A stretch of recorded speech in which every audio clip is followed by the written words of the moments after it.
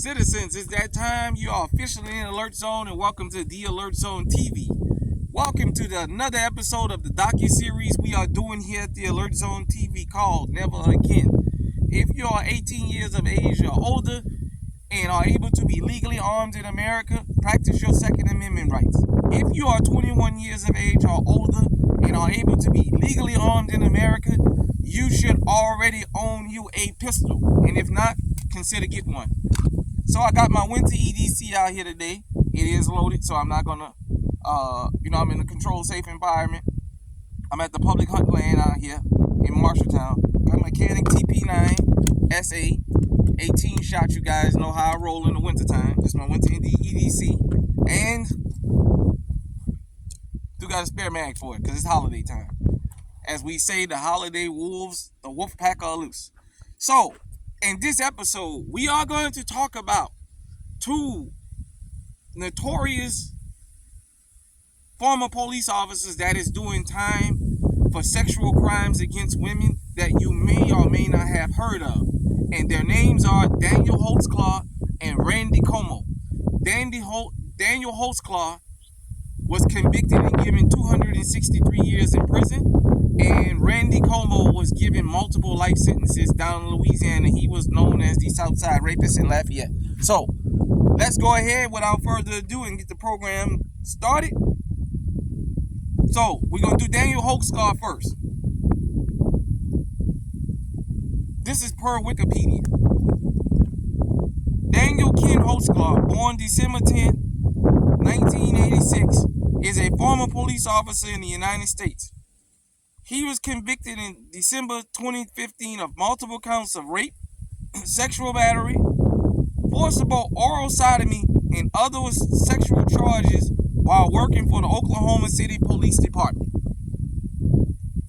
Holtzclaw was convicted of 18 counts involving 8 different women.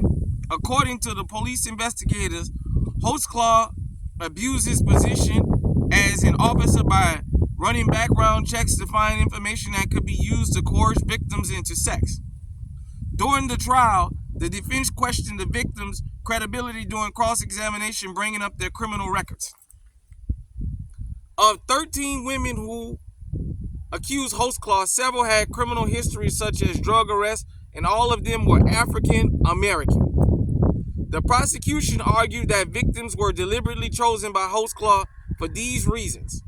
Holtzclaw pleaded not guilty to all charges on December 10, 2015. He was convicted of 18 of 36 charges, and on January 21, 2016, he was sentenced to 263 years in prison. Jason Flom, a founding board member of the Innocence Project right-wing commentator Michelle Malkin, and others have supported Holtzclaw's claim of innocence. On August 1, 2019, Holtzclaw was denied an appeal by the Oklahoma Court of Criminal Appeals, which upheld both his convictions and prison sentence.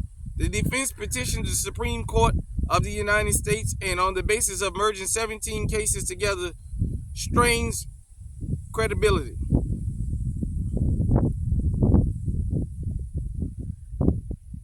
So, one other fact about that I left out. On March 9, 2020, the Supreme Court refused the petition.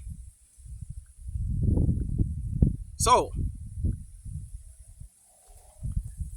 before I get to my next person, I had heard of this case. Shout out to Philip Scott and the African Diaspora News Channel for bringing this case forward. That was where I first heard of it.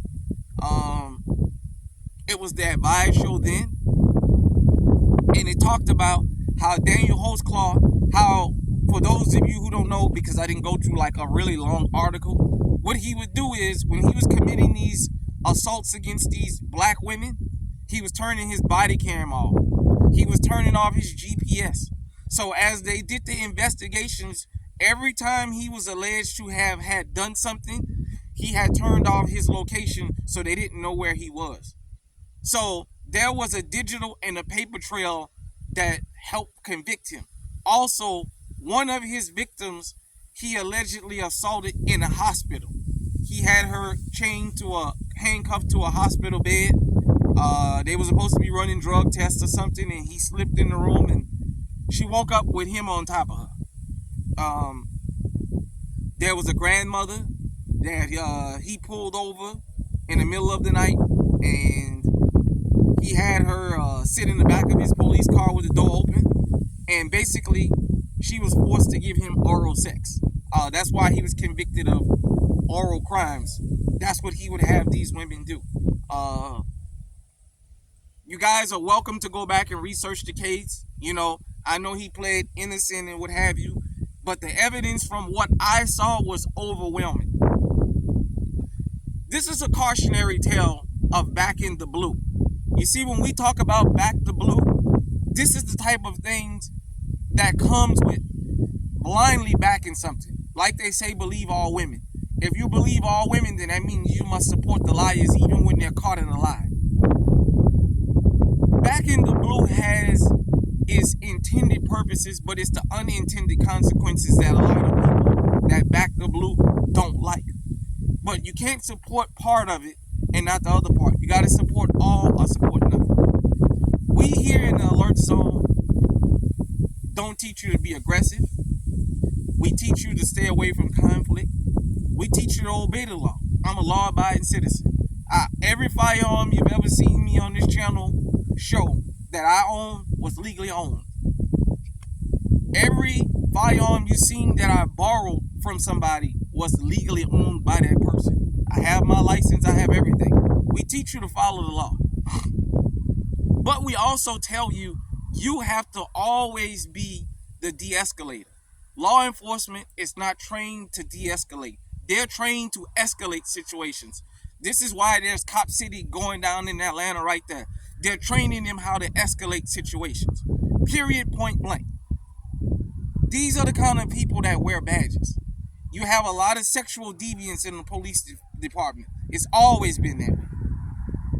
Daniel Holtzclaw did what a lot of cops do.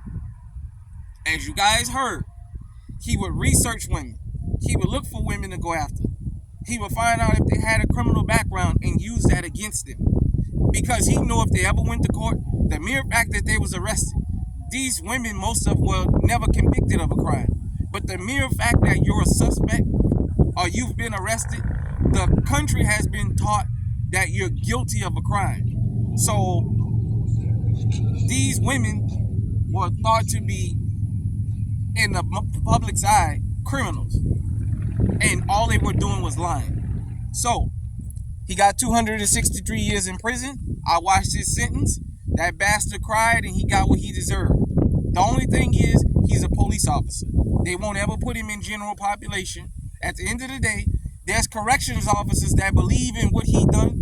And a lot of these officers are not living harsh lives in prison like people think they are. We assume that they're living a harsh life in prison, but most of them not. So now we're going to get to a person that is from my home state of Louisiana, from Lafayette. Randy Comeaux, the Southside Rapist.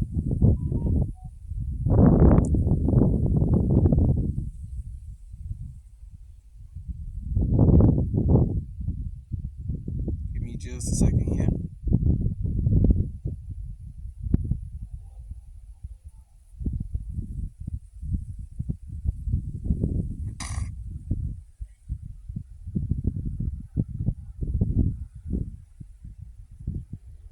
All right, this is per Wikipedia. The Lafayette Police Department is the principal law enforcement agency in Lafayette, Louisiana, with the exception of the campus of the University of Louisiana, which falls under the responsibility of UL Police. So, let's get in. Give me just a second here.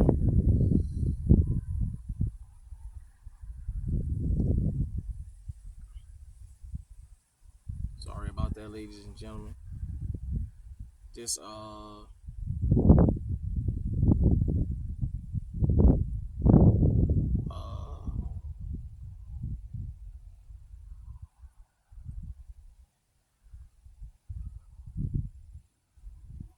Okay, here we go.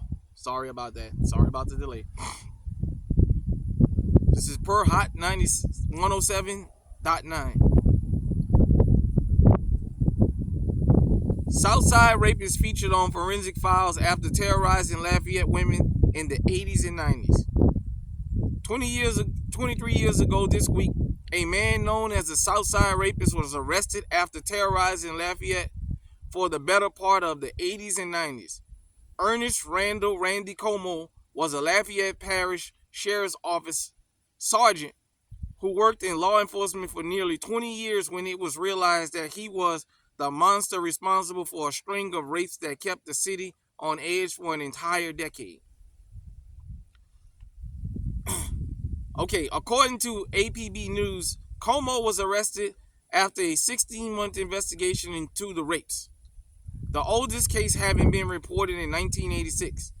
The arrest of Comeaux, who oversaw the Juvenile Bureau, concludes a 16-month investigation into the rapes, his oldest case having been reported in 1986 in South Lafayette Parish.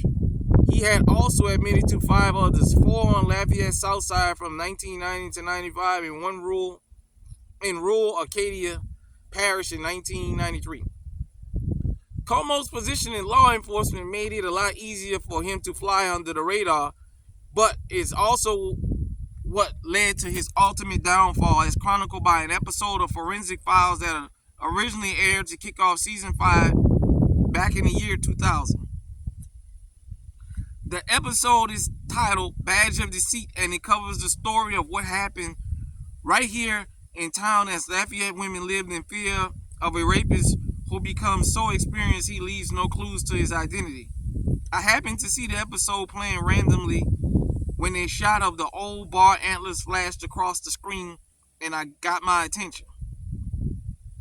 I did some digging and was floored when I found out the details surrounding this story. My heart broke for the victims, and I began to think about those who currently walk around our city having gone through this experience. Beyond the fact this was nearly impossible for someone to get away with, given the technology we are afforded today, I was probably most fascinated by the fact that in addition to the information that I mentioned about the Southside rapist behaving like a cop, investigators used a brand new forensic tool that was virtually unknown at the time to catch the man responsible for this heinous crime: geographical profiling. So, you guys heard it. There's an episode of Forensic Files. You know, I watch Forensic Files a lot, that talked about the whole Randy Comeaux situation. And I was very, very intrigued by that. So I did some research myself about that. And if you go and watch that episode of Forensic Files, you'll see it where Randy Comeaux, because of his knowledge and because he worked in the rape unit, he knew when these rapes were reported. The women, when they were giving their accounts of what happened, they talked about the way he carried his flashlight, how he held it behind the back instead of like most of us like this.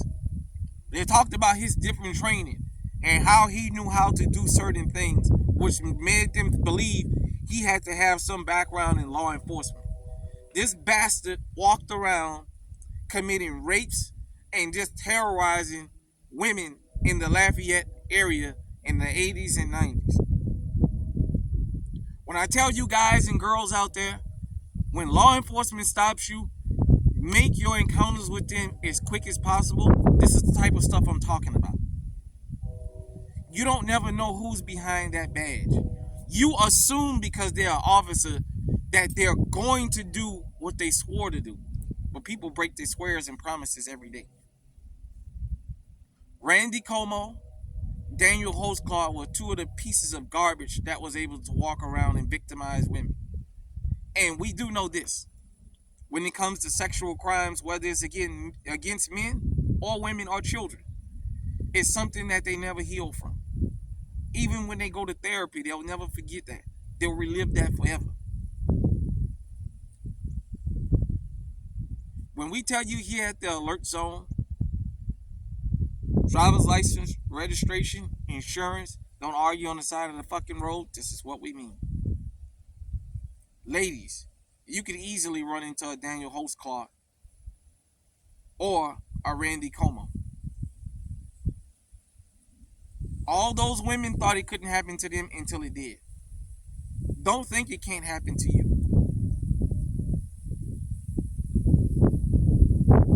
When you are stopped by law enforcement, driver's license, registration, insurance, they say you were speeding, fight them in court. Stop being emotional. Because that wrong emotion can destroy you for the rest of your life and destroy everybody around you. Thank you for everybody that tunes into the docu-series here that we do. When we say never again, we tell you about things that happen not only in this country but around the world so that we can prevent these type of things. Because if you're aware that they happen and that they happen frequently, you learn how to move accordingly. You learn to do your best to avoid these situations. And when these situations come at you, you know the tools to use to sidestep them. Hit the subscribe button, hit the bell so you get notified when we drop fire content here on this channel. Give the video a like, comment.